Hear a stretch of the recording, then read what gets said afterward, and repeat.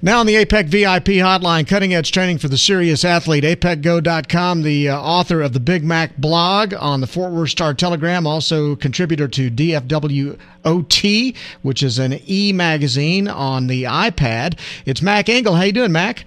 I'm good, Bryan. How are you this afternoon? Doing very well. Thank you very much. Before we get to football, you are the kind of guy that likes to play Spider-Man and scale buildings and things like that. What do you think about Felix Baumgartner jumping 23 miles out of a balloon?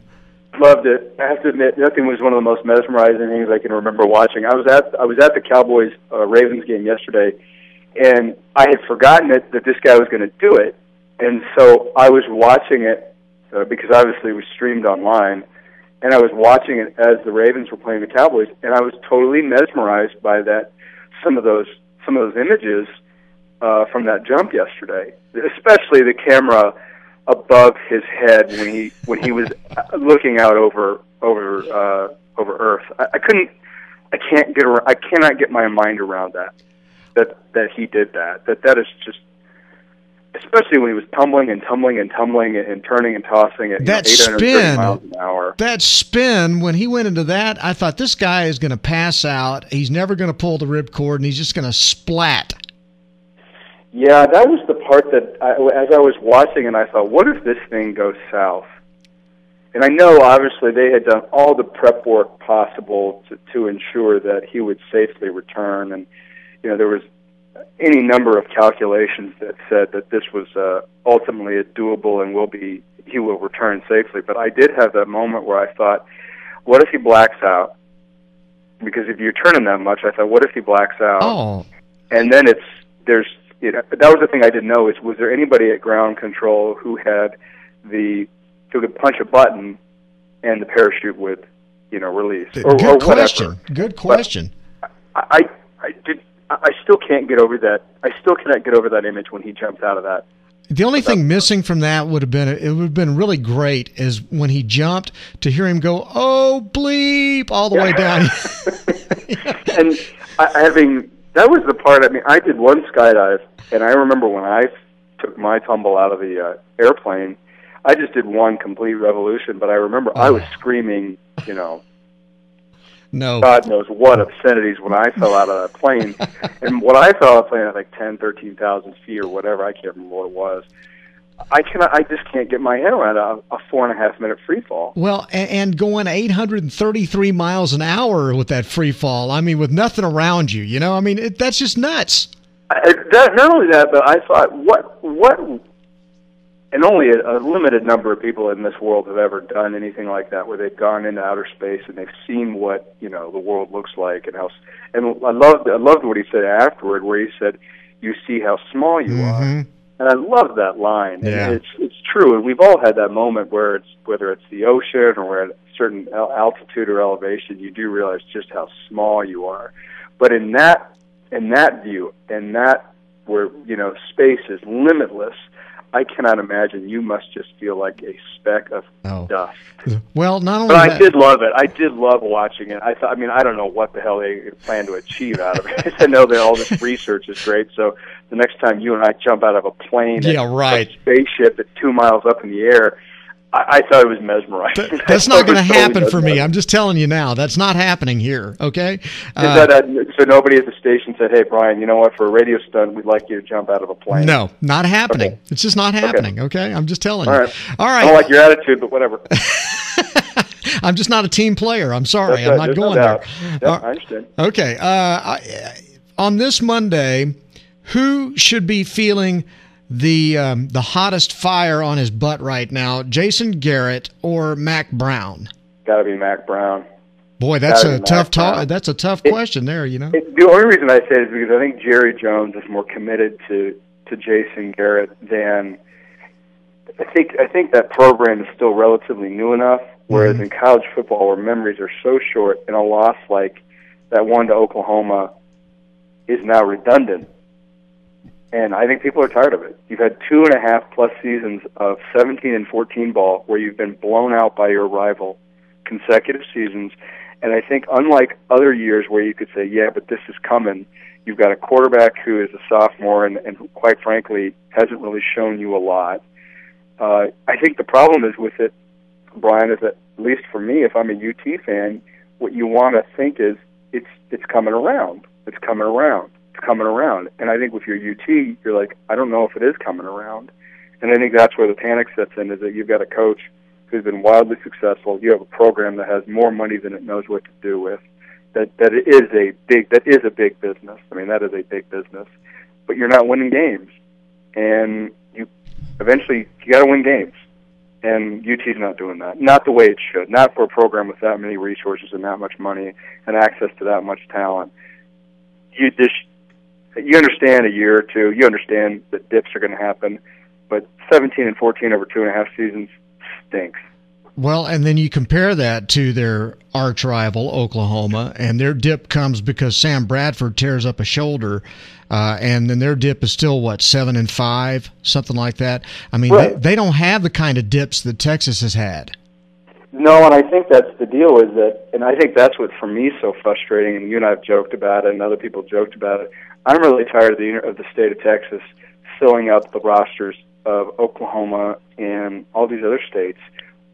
Why can't we keep these guys here? I'm tired. I mean, why is Adrian Peterson going to University of Oklahoma? Why is Andrew Luck going to Stanford? I mean, and when I look at UT, I'm like, are they missing on these guys? Are they just flat out missing on these guys? And we all know how important the quarterback position has become the way the game has evolved, especially in the Big 12, where you've got to have a guy that can sling it. But I'm watching Baylor TCU, and I'm like, you kidding me?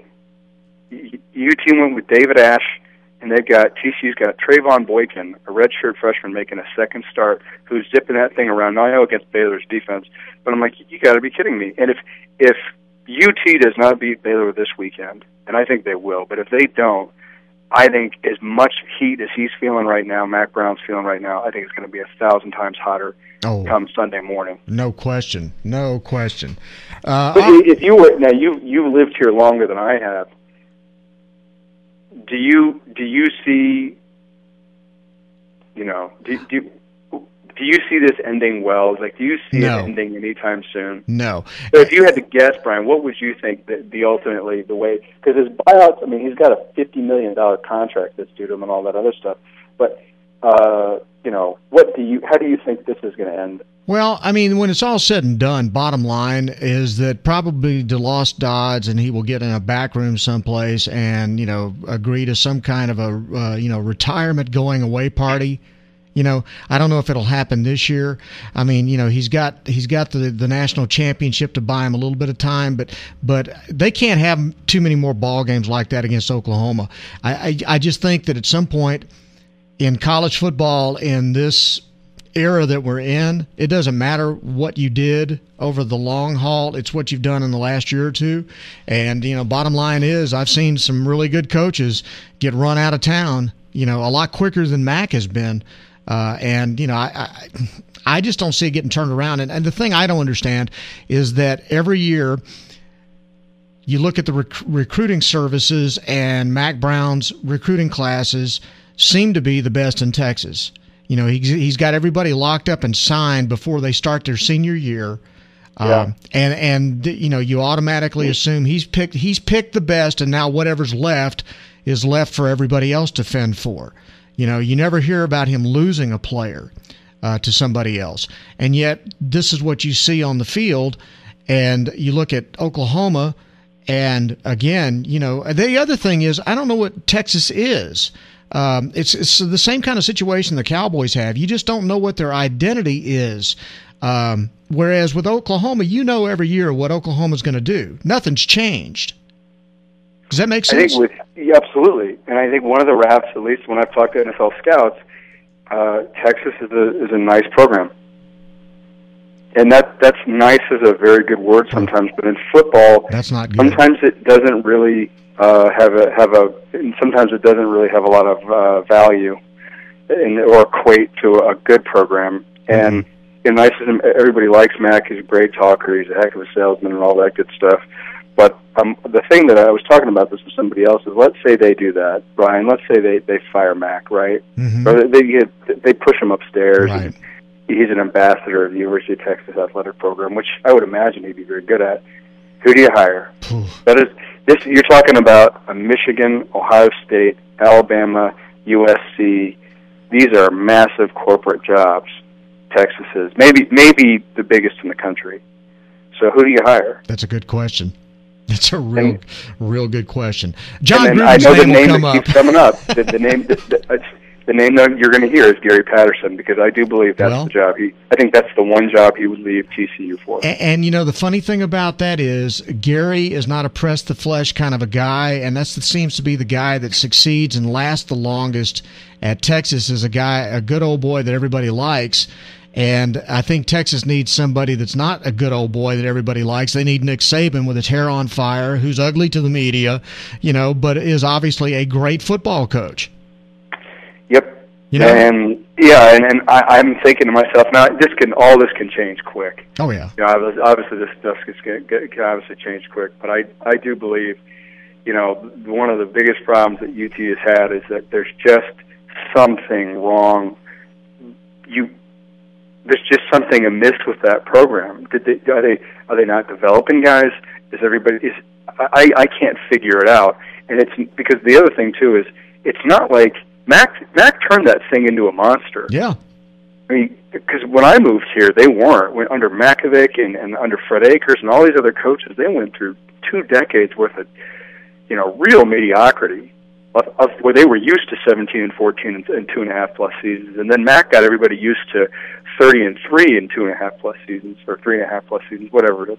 So I think while he is a victim of his own success, you got to get back to it because they know they're capable of it. And he's the one who stole it, and he's the one who's done it. And if they don't think he can get there again, then sooner rather than later, they're going to have to find somebody else who they think they can do it. Oh, boy. Good stuff. All right, Mack, we didn't even have to worry about talking about the Cowboys. Jason Garrett's going to send you a thank you card. We can do that later. Don't worry, nothing to see here. They're fine. They actually won that game in Baltimore, and they're 5-0. Everything's fine. And with great clock management at the end. Right. There's no problem there. It was terrific. And 13 penalties. It was just an that didn't happen. The other team got penalized too, so that's fine. All right, Mack. Good talking to you, buddy. I appreciate it. Okay, thanks a lot, Brian. Have a great week. You too, buddy. Mack Engel from the Fort Worth Star-Telegram with the Big Mac blog, also writes for DFWOT on Bryan Houston Sports Radio Live on 99.3 Talk FM.